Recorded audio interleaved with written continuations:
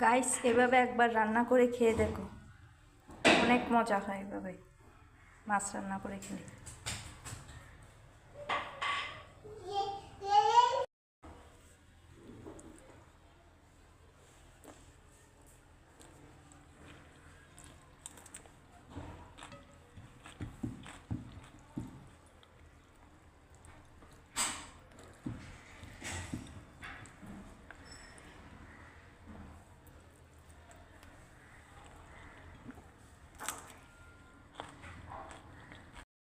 Tomato দিয়ে সাগরের Honda মাছের কারি করব।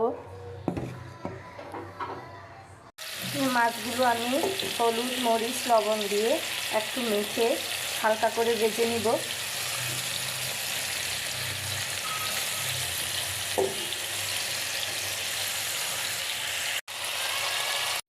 মাছগুলো হালকা ভাজা হয়ে গেছে, এখন এগুলো উঠেই ফেলবো। এখন একই প্যানের মধ্যে আমি কিছু পেঁয়াজ কুচি, রসুন কুচি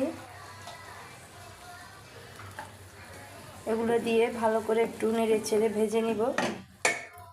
এখানে আমি হলুদের গুঁড়া, মরিচের গুঁড়া, জিরার গুঁড়া, ধনিয়া গুঁড়া দিয়ে মশলাগুলো একটু কষিয়ে নিব। মশলাগুলো যেন পুড়ে না যায়, সামান্য একটু পানি দিয়ে নিয়ে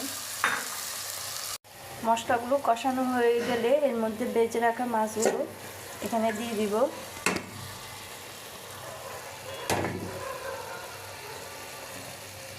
এখন এর মধ্যে টমেটোগুলো পুর থেকে দিয়ে